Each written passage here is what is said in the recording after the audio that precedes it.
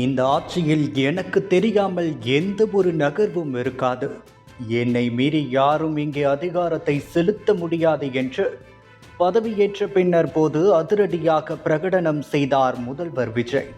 ஆனால் ஆட்சி பொறுப்பேற்ற ஒரே மாதத்திற்குள் பனையூர் மற்றும் கோட்டை வட்டாரங்களில் கசிந்து வரும் தகவல்கள் தாவேகா தொண்டர்களையும் பொதுமக்களையும் அதிர்ச்சியில் ஆழ்த்தியுள்ளன.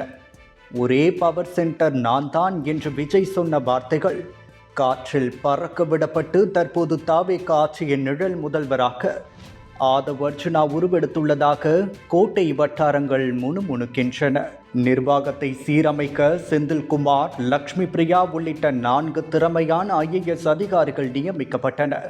இவர்களை கண்காணிக்க ஜான் ஆரோக்கியசாமி, விஷ்ணு ரெட்டி, ஜெகதீஷ் பழனிசாமி மற்றும் ரிக்கி ரக்தான் பண்டிட் வெற்றிவேல் ஆகிய 4 படை முதலமைச்சரின் உள் வட்டாரமாக செயல்பட்டு வருகிறது.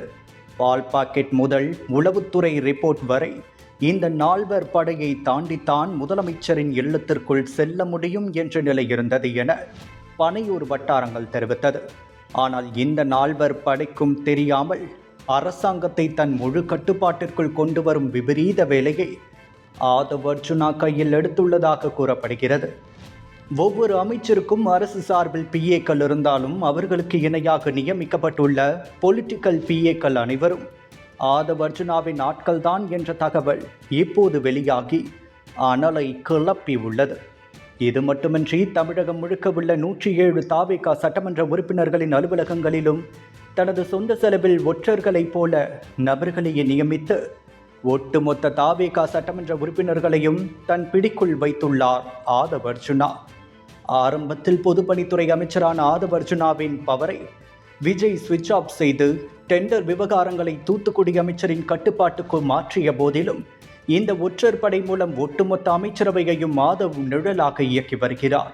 துவக்கத்தில் இவருக்கும் புஷி ஆனந்திற்கும் இடையே அதிகார போர் உச்சத்தில் இருந்த நிலையில் தற்போது இருவரும் கைகோர்த்து கொண்டு தனி அரசாங்கமே நடத்தி வருவதாக பனையூர் மூத்த நிர்வாகிகள் வேதனை தெரிவிக்கின்றனர்.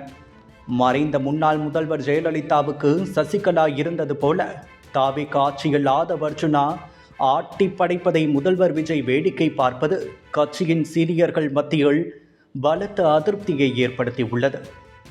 தங்களின் நியாயமான கோரிக்கைகளை கூட முதல்வரிடம் கொண்டு சேர்க்க முடியாமல் தங்களின் சொந்த அலுவலகங்களிலேயே ஒற்றர்களால் கண்காணிக்கப்படும் அவல நிலைக்கு தள்ளப்பட்டுள்ள தாவேகாவின் முக்கியஸ்தரர்கள் மற்றும் நேர்மையான அமைச்சர்கள் பலர் தங்களின் பதவிகளை துறந்துவிட்டு விரைவில் கட்சியை விட்டே வெளியேற முடிவு செய்துள்ளதாக தெரிகிறது. கோட்டை வட்டாரத்தில் தற்போதைய ஹாட் டாபிக்காக இருக்கும் இந்த விவகாரம் எப்போது வேண்டுமானாலும் வெடிக்கலாம் என்ற உச்சகட்ட பரபரப்பில் நகர்கிறது தாவேகா அரசியல்.